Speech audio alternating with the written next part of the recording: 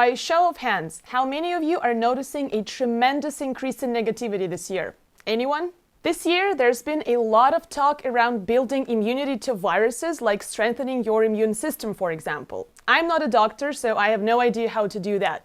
In today's video, I want to talk to you about building immunity to another very serious and noticeable epidemic that's happening behind the scenes, the negativity epidemic. If you're anything like me and can't help but have some kind of reaction to all of the negativity that's spreading around you and you don't want to let it under your skin, keep watching. I'll share my best tips for dealing with negative people and building resilience so that you have what it takes to keep focusing on your goals and the things that matter to you, no matter what other people say, especially online. So let's dive in.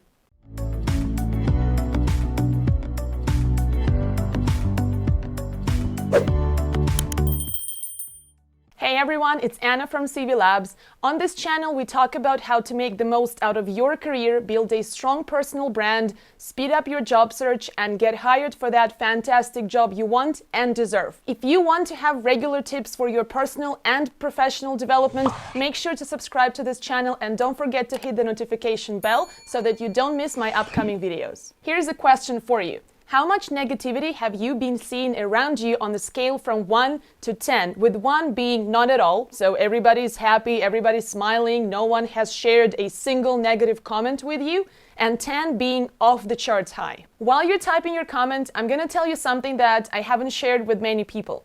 By nature, I'm a pretty thin-skinned person and it has its pros and cons. On the one hand, I can really relate to my clients and the challenges they're going through and really know how to put myself in their shoes. And as a career coach, I think that's pretty helpful. At the same time, there's another side to it. I get really easily affected by the negative things that are happening to other people, even if this has nothing to do with me personally. I hear other people sharing their struggles, personal, professional, and I can't help but feel bad for what they're going through. If you're anything like me, I can see how this year may have been exceptionally challenging and tough for you mentally.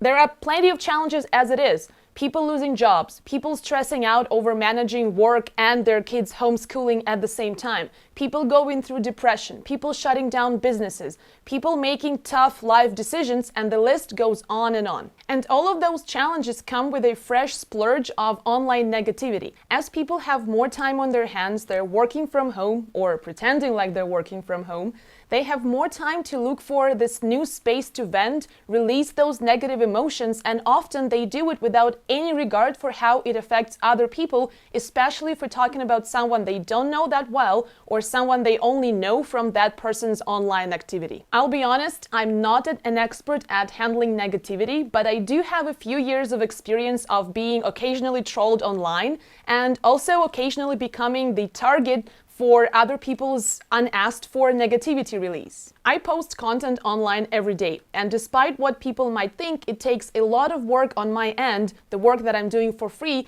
because I genuinely strive to help people out there who are stuck in their careers, who are overwhelmed with the overload of online career advice, and who need that clear voice to help them make a change, build confidence, and learn how to position themselves in today's competitive job market. I can say with full honesty that about 97% of people who read my posts or watch my videos truly appreciate the perspective I share, they find value in it, and those who choose to put that information to use actually experience great progress. They land job offers and they generally change their life for the better. And then there's these other 3% or so of people who make it their mission to bring me and those people who follow me down and find creative ways to troll, shame, offend, and use the hard work that I've done to get to where I am today totally against me. I remember the first time I encountered someone who was trolling me online, and trust me, it was really painful. For someone as thin-skinned as myself, who is working hard and genuinely trying to do their best,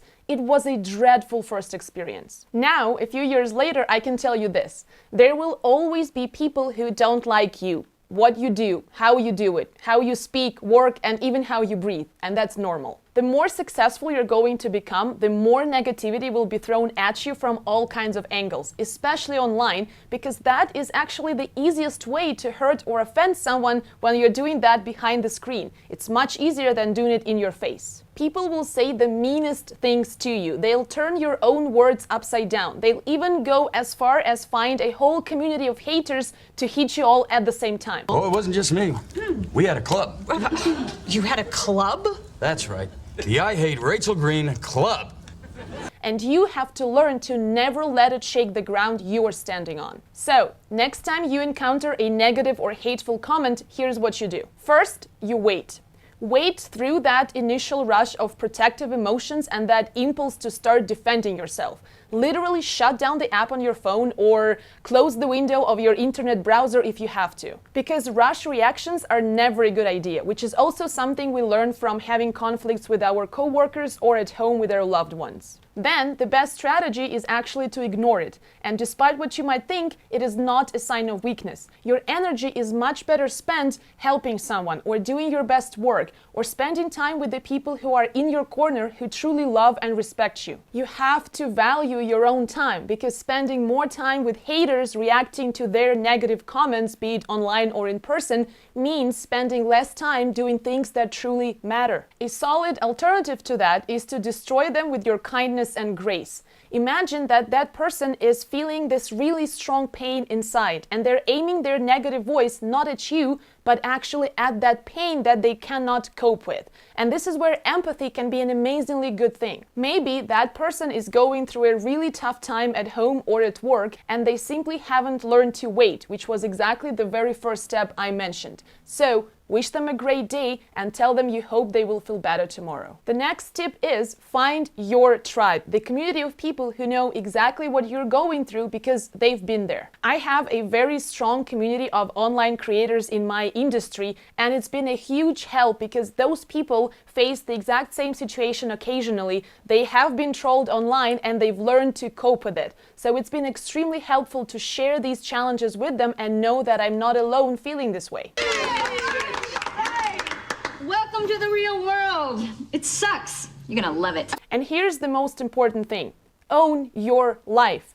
Keep being you and stay true to the things that matter to you and the things you truly believe in. Just because someone posted a hateful comment and they think that you're doing the wrong thing doesn't actually make it true. Who made them the expert? Because if you look at some of the best experts in the world, people who have become exceptional at something, and you look at how they communicate and speak their opinions and share their thoughts online, they never do it from a position of having an advantage over someone. They genuinely simply want to share what they've learned in their life and experience, and perhaps someone can learn from that as well and find value in it, but they will never act like they are the biggest expert in the world. In the context of creating content online, those trolls or haters could never build a strong online following by being negative all the time. Other people would hate it and they would unfollow them right away. Those trolls and haters are hanging out next to you simply because they have never been able to generate the same level of exposure and